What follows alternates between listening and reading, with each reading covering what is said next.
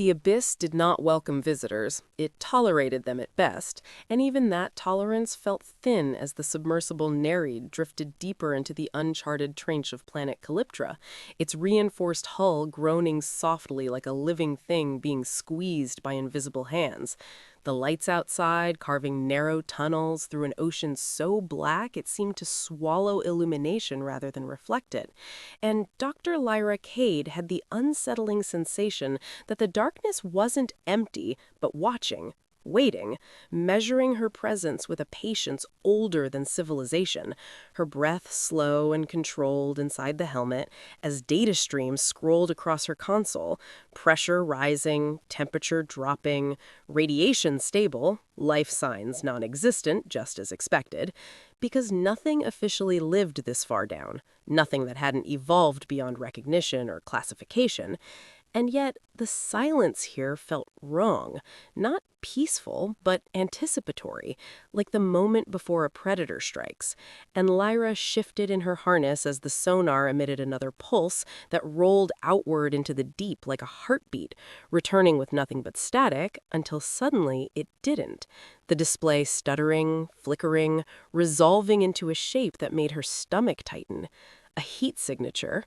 Organic, faint but undeniable, buried deep between trench walls where no thermal vent had ever been logged, no life had ever been recorded, and Lyra froze, her training screaming anomaly, while her instincts whispered something far worse, because organic heat meant metabolism, and metabolism meant life, and life at this depth meant either a miracle or a nightmare.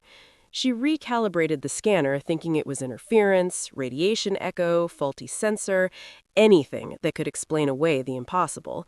But the reading sharpened instead, the signal pulsing weakly, irregularly, like something injured and struggling to stay alive. And then another alert layered over it, faint and distorted, an encrypted pattern buried beneath the noise, old, obsolete, something she hadn't seen since early colonial days. Her fingers hovering over the controls as recognition hit her like cold water flooding her lungs. Human distress beacon, centuries-old protocol, banned for decades because anything using it was assumed lost beyond recovery, and Lyra whispered no under her breath, as if denial alone could undo what the abyss had decided to show her. Because a distress beacon meant someone had been here before her, had come this deep deliberately, or been dragged here violently. And if there was a beacon, there was cargo. And if there was cargo, there was intent. And intent at this depth was never benign. Her heart rate spiking as she angled the Nereid downward, engines thrumming with restrained power, while warning lights blinked amber across the cockpit, pressure exceeding recommended limits, hull stress approaching thresholds that mission planners back on the station would never approve. But Lyra didn't slow, couldn't slow, because curiosity had already crossed into dread, and dread into something darker, something personal, the kind of feeling you get when you realize the story you're in has teeth. And when the lights finally cut through the murk and revealed the object lodged between the trench walls, Lyra felt the breath leave her body in a slow, silent exhale. Because it wasn't rock or wreckage or alien growth as she'd half hoped, but a transport crate. Human-made, reinforced alloy, crushed and twisted like soft metal under the weight of the abyss, its identification markings scraped away, deliberately removed. And that alone was a twist sharp enough to draw blood, because no legitimate operation erased its own identity. And then she saw the rupture, the torn side panel hanging open like a wound, and inside something pulsed, not with light exactly, but with a dim, shifting glow that bent the water around it, heat shimmering in liquid currents. And Lyra's instincts screamed again, louder now, because she knew before she ever saw it clearly that this was restricted, forbidden, the kind of discovery that ended careers or lives, depending on who found out first. And she didn't realize she was holding her breath until her lungs burned and she forced herself to inhale. Steady, controlled, professional, even as fear crawled up her spine. She deployed the external camera drones first, unwilling to approach directly, and when the feed came back, magnified and sharpened, Lyra felt the world tilt, because inside the crate lay fragments of something crystalline, pearlescent shards scattered like broken eggshells, glowing faintly in blues and greens, unmistakably organic, unmistakably biological, and in their center, barely moving, was a creature no longer than her forearm, coiled awkwardly as if its body hadn't yet learned how to exist, scales translucent and luminous like living coral, patterns flowing beneath them like bioluminescent veins, fins trembling weakly along its spine, gills fluttering in shallow, uneven rhythms. And Lyra knew what it was the instant she saw it, knew in the way you know the name of a fear before someone speaks it aloud. A sea dragon hatchling, apex class, abyssborn, one of the most tightly regulated species in known space, not because they were rare, but because they were catastrophic when mishandled, ecosystem destabilizers, pressure manipulators, living forces of the ocean itself, and possessing one, even unknowingly, carried sentences measured in decades. And Lyra lispered a curse, because none of that mattered anymore, not when the creature shifted and one massive eye opened, liquid and ancient and far too aware for something so newly born, locking onto the camera lens as if it could see through it, through metal and glass and water, straight into her. And then it made a sound that vibrated through the water and into the hull of the Nereid, low and resonant, like tectonic plates grinding together. Not loud, but powerful, a sound that felt less heard but more felt, and the crate around it creaked ominously as if responding, and Lyra realized with a sick lurch that the container wasn't just damaged, it was failing, structural integrity equalizing slowly, meaning whoever put this hatchling here had never intended it to survive transport, had abandoned it deliberately, and that was the twist that hollowed her chest. Because this wasn't an accident or lost cargo, it was execution by environment, a living being discarded into the deepest grave imaginable. And Lyra didn't think, didn't weigh consequences or protocols, or the way this would end if discovered. She sealed her suit, disengaged from the Nereid, and descended into the water herself, the abyss closing around her like a mouth, every step magnetically locked to the rock face as she approached the crate, the glow growing brighter, the water warmer, currents shifting subtly around the hatchling as if it sensed her presence, the smell of ozone and salt and something metallic bleeding through her filters. And when she reached the opening and looked inside with her own eyes instead of a screen, the horror fully set in. Because the hatchling wasn't just weak, it was malformed from deprivation, its internal thermal organ dormant, something that should have ignited within hours of hatching, and its glow flickered erratically like a dying star. And when it turned its head fully toward her, that massive eye narrowing slightly, Lyra felt something brush against her thoughts. Not words, not images, but pressure, like deep water pressing inward, a sensation of need so raw that it made her chest ache. And Lyra realized with a jolt of terror that the creature wasn't just aware, it was reaching out, instinctively, blindly, desperate. And that was the final hook, the moment the story snapped shut around her. Because Lyra Cade, xenobiologist, explorer, rule follower, understood with brutal clarity that if she left now, if she reported this and waited for official retrieval teams, the hatchling would be dead long before they arrived, crushed by pressure or starved by ignorance. And she also understood that saving it would make her a criminal, an accomplice, a traitor to the very laws designed to protect worlds from creatures like this. And as the sea dragon hatchling drifted weakly toward her, its glow pulsing faintly in time with her racing heart, Lyra reached out, fingers trembling, knowing that the moment she touched it, everything, her career, her freedom, her understanding of the ocean itself, would begin to unravel in ways she could never undo. And far above, unseen and uncaring, the abyss closed in silently, keeping its secrets, already deciding what kind of ending this story deserved. If you want more of this, like, share, subscribe. It's already following you. The moment Lyra sealed the hatch of the Nereid behind her with the sea dragon hatchling cradled against her chest, the submersible seemed to recoil as if it knew something forbidden had just crossed its threshold, alarms flaring red across the cockpit while pressure readings spiked erratically, not from the trench but from inside the cabin itself, as the water around the creature began to warm in unstable pulses. Lyra's gloved hands trembling as she guided the hatchling into the emergency saline chamber, normally reserved for microbial samples, the transparent walls fogging instantly as heat bled outward in waves that made the air shimmer. And the dragon reacted immediately, fins twitching, tail coiling weakly as if instinct screamed that this environment was wrong, but safer than dying alone in the dark, its glow flickering erratically like a faulty signal, and Lyra's heart hammered as she realized the truth buried in her own data. The internal thermal organ hadn't ignited, meaning the hatchling should already be dead by every known biological standard, which meant either the species was far more fragile than the databases claimed, or something had interfered deliberately with its development. And that thought settled into her gut like a stone, because sabotage implied intent, and intent implied someone out there knew exactly what this creature was worth and had decided it wasn't worth saving.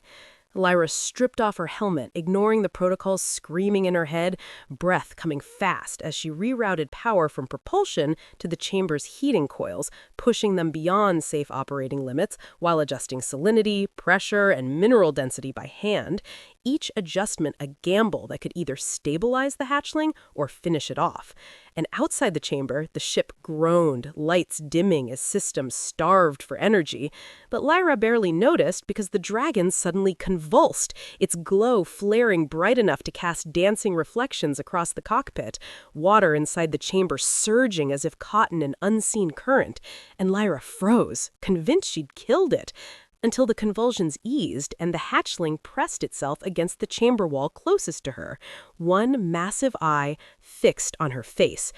And again, that sensation brushed her thoughts, stronger now, a wordless pull that carried hunger, cold, fear, and something else. Recognition, as if some ancient instinct had flagged her as important, and Lyra swallowed hard, realizing feeding was the next impossible problem, because sea dragon hatchlings didn't consume solid matter or synthetic nutrients, they absorbed geothermal bacteria passed down from their parents, bacteria cultivated only in abyssal vents, and she was floating thousands of meters above the nearest one, her mind racing through xenobiology modules until she remembered a half-forgotten footnote about temporary microbial substitution in extreme cases, experimental and never tested on restricted species, her hands shaking as she removed a glove, exposing bare skin to the cabin air, and pressed her fingers to her own mouth before introducing the sample into the chamber, feeling ridiculous and terrified in equal measure.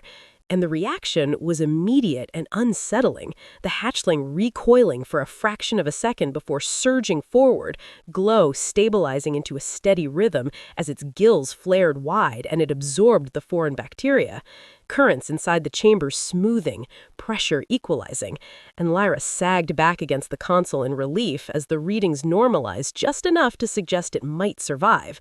But the victory was short-lived because the ship's biosensors screamed to life, warning banners scrolling across her display. Unauthorized biological entity detected. Automatic report initiated. And Lyra's blood ran cold as she slapped the override, knowing she could delay transmission but not stop it forever. The station would see the anomaly within hours, and when that happened, retrieval teams would be dispatched with containment tech designed for adult sea dragons, not fragile hatchlings. And Lyra looked at the creature floating peacefully now, its glow soft and rhythmic, tail curling unconsciously as if dreaming, and felt a sharp twist of dread, because she could already see the future unfolding. Sterile labs, restraint fields, separation, and a slow, unexplained decline no scanner would understand. The kind of death caused not by injury, but by absence. And as if sensing her thoughts, the hatchling stirred, pressing closer to the chamber wall, glow brightening in response to her proximity, and Lyra felt the pressure in her mind intensify, not painful but insistent, a silent plea that bypassed language entirely, and she whispered without realizing it, "I won't let them take you." The words hanging heavy in the cabin like a vow she hadn't meant to make. The Nereid beginning its ascent automatically as programmed safety protocols tried to pull her away from the trench. But the water around the sub resisted, currents forming where none should exist, the hull shuddering as if something below objected to her leaving. And Lyra stared at the external cameras in mounting horror as the abyss seemed to shift, shadows moving against shadows, massive shapes just beyond the reach of the lights, not approaching, but observing, ancient silhouettes drawn by the hatchling's presence like moths to flame. And Lyra understood with a sick clarity that sea dragons weren't solitary myths, but part of a deeper system, guardians or weapons or keystones she barely comprehended. And this hatchling was a signal, its distress echoing through the deep, calling things that had not seen humans in millennia.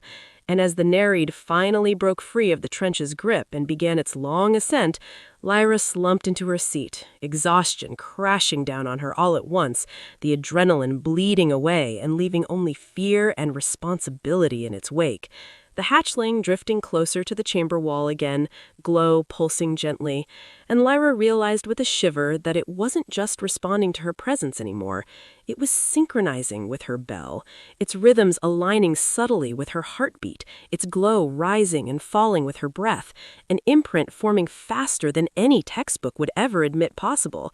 And somewhere far above, in sterile control rooms and bureaucratic offices, algorithms were already flagging her mission as anomalous, already preparing reports and protocols and containment orders, unaware that the moment they intervened, they would be killing something, and not through force, but by ignorance. And Lyra Cade sat alone in the humming submersible, suspended between abyss and authority, knowing with terrifying certainty that she had crossed a line she could never uncross, because the Sea Dragon hatchling had chosen her, and in doing so had dragged her into a story far larger and darker than simple discovery. A story where the ocean remembered its old gods, and it did not like them being taken away. By the time the Nereid breached controlled station space, Lyra Cade hadn't slept in nearly 30 hours, her eyes burning as she monitored the Sea Dragon hatchling drifting inside the emergency chamber, its glow now steady and hypnotic, no longer flickering but pulsing with a confidence that made the readings even more alarming, because pressure around the sub stabilized unnaturally, as if the ocean itself were cushioning their ascent. And Lyra knew the station's sensors would notice, knew it was already too late to hide. The moment docking clamps locked and the sub-systems integrated with station networks, her lie would be exposed. And exposed it was. The moment she stepped onto the docking platform and the lights overhead flared from sterile white to containment red, the air filling with the hum of active suppression fields, station security forming a perimeter before she could take 3 steps, their armored suits bearing the sigil of xenobiological enforcement, weapons lowered but ready, and Lyra felt a wave of cold wash over her, because this was worse than she'd imagined. This wasn't a routine inspection, this was a seizure. And the lead officer spoke her name with rehearsed neutrality, informing her she was in possession of a restricted apex organism, that her vessel was being impounded pending investigation, and that she was to surrender the specimen immediately. And Lyra's mind raced through 1,000 arguments she'd prepared during ascent, data points, legal loopholes, environmental clauses. But the words tangled on her tongue as she glanced back toward the Nereid, toward the chamber where the hatchling floated calmly, utterly unaware that its survival clock had begun counting down again. And when the retrieval team arrived, Lyra's fears sharpened into something closer to panic, because they didn't bring a medical transport, they brought a reinforced pressure casket, layered with restraint grids designed to immobilize adult sea dragons by disrupting current manipulation. Technology far too aggressive for a hatchling whose systems were still forming. And Lyra protested, her voice cracking as she cited vital instability, imprint formation, dependency markers that the station's own sensors had logged. But the senior xenobiologist, Dr. Hale Varon, dismissed her with a thin smile and a lecture about objectivity, about not anthropomorphizing dangerous fauna, about how attachment compromised scientific judgment. And Lyra felt something inside her snap. Because she wasn't projecting emotion onto an animal, she was recognizing intelligence and distress the same way one recognizes fire as hot. And when they opened the chamber and the hatchling sensed the change, the water inside erupted, pressure spiking hard enough to crack the chamber's outer casing, alarm streaking as the dragon's glow flared bright, not aggressive, but terrified, currents lashing against the walls as it surged toward Lyra, pressing itself against her hands through the dissolving barrier. And Lyra felt the pressure slam into her thoughts like a scream held underwater, raw fear and confusion, and something heartbreakingly simple: don't leave! And security fields snapped into place, freezing the dragon mid-motion, its body locking unnaturally as the restraint grid took hold, its glow dimming rapidly as if the light were being suffocated out of it. And Lyra screamed then, actually screamed, lunging forward only to be restrained herself as the dragon was sealed inside the pressure casket, its massive eye fixed on her until the lid closed and cut off the light entirely. And the silence that followed was worse than any alarm, a vacuum that seemed to swallow sound and hope alike. The casket carried away toward the xenobiology wing, while Lyra stood shaking, hands clenched into fists so tight her nails drew blood, her mind replaying the pressure of the dragon's fear over and over again, like a bruise you can't stop touching. And she was escorted to an observation room under supervision, forced to watch through thick, transparent barriers as the retrieval team transferred the hatchling into a containment environment that was perfect by every measurable standard: correct salinity, temperature, mineral density, simulated currents, everything the textbooks demanded. And yet the dragon did not respond, its glow fading within minutes of separation, its body curling in on itself in the far corner of the tank, currents going still, pressure dropping to dangerous lows. And Lyra tried to speak, to explain what the data already showed, but her words were drowned out by professional certainty, by charts and precedent and regulation. And when hours passed and the dragon did not move, not even to react to food introduction or environmental enrichment, unease crept into the observation room like a slow leak. Technicians exchanging glances, whispers starting to circulate, vital signs trending downward for no clear physiological reason. And Lyra felt a grim, bitter vindication take shape of her chest, because she knew this would happen, had felt it the moment the bond snapped. The dragon wasn't failing because the environment was wrong, it was failing because it was alone. And when she was finally released back to her quarters under investigation restrictions, Lyra collapsed onto the narrow bunk and stared at the ceiling, feeling hollowed out, the phantom pressure of the dragon's presence still lingering in her mind like an amputated limb. While in the xenobiology wing, Dr. Varen stood outside the containment tank, staring at readings that made no sense. Heart rate declining, internal pressure regulation destabilizing, thermal organs shutting down despite optimal conditions. And for the first time in his career, he felt a flicker of doubt, because this wasn't pathology or injury, it was withdrawal. And when one of his junior researchers hesitantly suggested imprint bonding, Varen snapped at her, citing lack of evidence. But the doubt lingered, gnawing at the edges of his certainty, as the dragon continued to deteriorate, glow dulling to a lifeless gray, movement slowing until it barely drifted at all.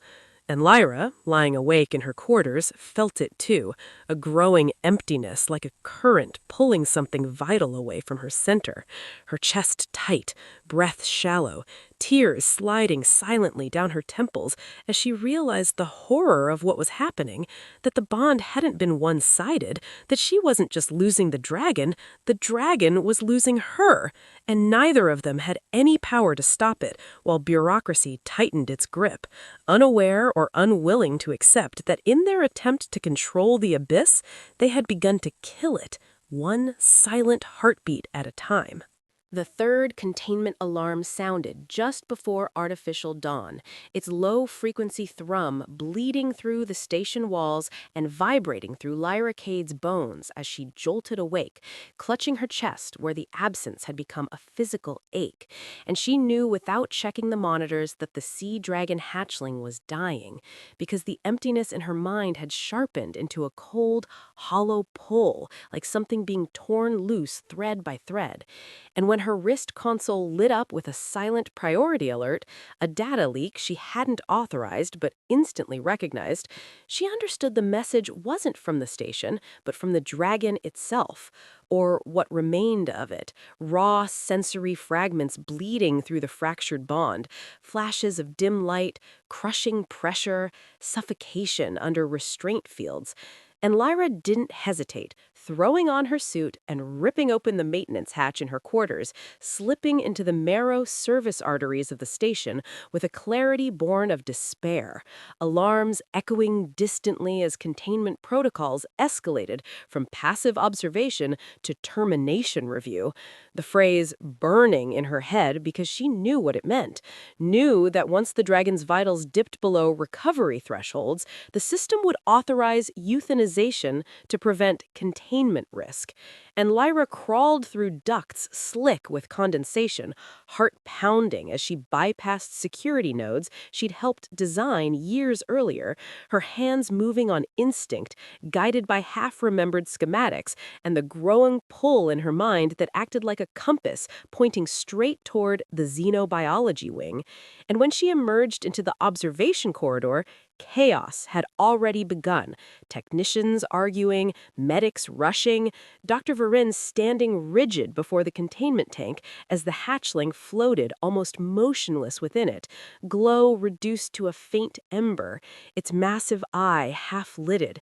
And Lyra burst through the doors, shouting, shoving past security as she slammed her hands against the glass, feeling the echo of the dragon's fading presence flicker weakly in response. And she told them the truth then, no restraint left, that the dragon wasn't failing biologically, but emotionally, that the bond was sustaining it, that separation was killing it faster than any toxin. And Varin stared at her like she'd lost her mind until the data proved her right in real time, vitals spiking the instant she drew closer to the tank, glow brightening weakly, current stirring just enough to register, the room falling silent as the impossible unfolded on every monitor.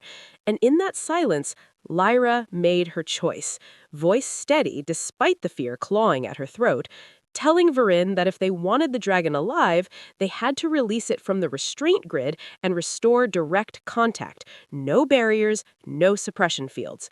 And Varin hesitated, the weight of protocol warring with the evidence in front of him, and the station AI cut in with a cold reminder that releasing a restricted apex organism violated 17 containment statutes, to which Lyra replied that letting it die violated every principle science claimed to stand for. And for a moment, it seemed the station itself held its breath. Then Varin nodded once, sharply, authorizing a temporary override that would cost him his career if it failed, alarms blaring as restraint fields dropped and the water in the tank surged violently, the dragon convulsing as feeling returned to its body, glow flaring painfully bright before stabilizing as Lyra tore off her helmet and plunged her hands into the tank, the water searing hot against her skin as the dragon surged forward, coiling weakly around her arms, pressing its massive head against her chest with a force that knocked the breath from her lungs. And the pressure slammed into her mind like a collapsing star, fear, relief, pain, and something ancient and vast flooding her senses all at once, visions flashing unbidden, abyssal trenches lit by living fire, colossal forms moving through darkness older than humanity, sea dragons rising not as monsters, but as wardens, keepers of balance, sealed away when humans first learned to pierce the deep. And Lyra screamed as the bond deepened beyond anything she'd experienced, the dragon's glow stabilizing into a strong, steady rhythm as its vitals normalized at impossible speed. But the triumph was short-lived because the station shuddered violently, lights flickering as pressure readings spiked across every external sensor, something massive moving in the dark outside, drawn by the dragon's recovery like a beacon reignited. And the station AI issued a new alert, voice strained for the first time in its operational history: unidentified entities approaching, multiple, scale, extreme. And Lyra looked up from the tank, dragon still wrapped around her arms, and realized the worst truth of all, that saving the hatchling had not ended the crisis. It had announced to the deep that the bond had been restored, and whatever ancient guardians had been listening were coming to reclaim what humanity had tried to cage. The first impact hit the station like a god knocking on a door that was never meant to exist, metal screaming as pressure fields flared and failed in cascading sequence, alarms howling while external cameras went dark one by one, not from damage, but from shadows passing too close to the lenses, vast shapes eclipsing the lights. And Lyra Cade staggered as the floor tilted, the sea dragon hatchling tightening its coils around her arms instinctively, glow flaring bright and steady like a living heartbeat as the pressure in her mind expanded outward, no longer fear, but command. And through it she felt them, the elders, ancient sea dragons rising from trenches humanity had never mapped, their minds vast and cold and impossibly old, converging on the station not in rage, but in judgment. And the station AI began issuing evacuation orders that no one followed because there was nowhere to go, escape pods useless against beings that bent currents and pressure like muscle. And Lyra understood then with chilling clarity that this wasn't an attack, it was a retrieval. The elders reaching for the hatchling through the bond they had sensed reigniting, testing whether the human who held it was threat or bridge. And Lyra pressed her forehead to the tank glass, breath shaking as she opened herself fully to the bond, letting the elders feel her fear, her guilt, her refusal to let the hatchling die. Memories flooding outward, of rescue, of warmth in the dark, of defiance in the face of cold procedure. And for a terrifying moment, there was nothing, a vast silence, so complete it felt like annihilation. Then the pressure eased, just slightly, enough for Lyra to breathe, and the station's destruction halted mid-escalation, hull stress stabilizing at the edge of collapse as one colossal form drifted into full view on the remaining external camera, its body stretching beyond the frame, eyes like burning stars fixed on the fragile human structure. And Lyra knew the choice had arrived, not spoken, but absolute. Return the hatchling to the deep or lose everything. And the horror of it nearly broke her because the bond screamed at the thought of separation. But beneath that pain was another truth the dragon shared willingly, that it was never meant to remain, that the bond was not possession, but passage, a bridge formed only long enough to ensure survival. And Lyra's tears fell into the tank as she whispered goodbye, hands trembling as she guided the dragon toward the release hatch, the station crew watching in stunned silence as containment doors opened not to violence, but to surrender. Water roaring through the bay as the hatchling slipped free, pausing for a single suspended moment in front of Lyra, its massive eye meeting hers, glow pulsing once in a rhythm she would never forget, then turning and vanishing into the waiting darkness where immense shapes closed around it protectively, and the pressure lifted instantly, alarms falling silent, systems stabilizing as if the ocean itself exhaled, the elders retreating without another show of force, the station left intact, but irrevocably changed. And days later, as investigations were quietly buried and official reports rewritten to exclude impossible truths, Lyra stood alone at the observation window, the deep stretching endless and unknowable beyond the glass. The bond gone, but not empty, a faint echo remaining like a scar that ached only when she breathed too deeply. And she understood then the final, terrifying implication of what she had touched, that the sea dragons were not myths or monsters or even guardians. They were watchers, measuring humanity not by its technology, but by its choices, and that on this day, by the narrowest of margins, humanity had been spared, not forgiven.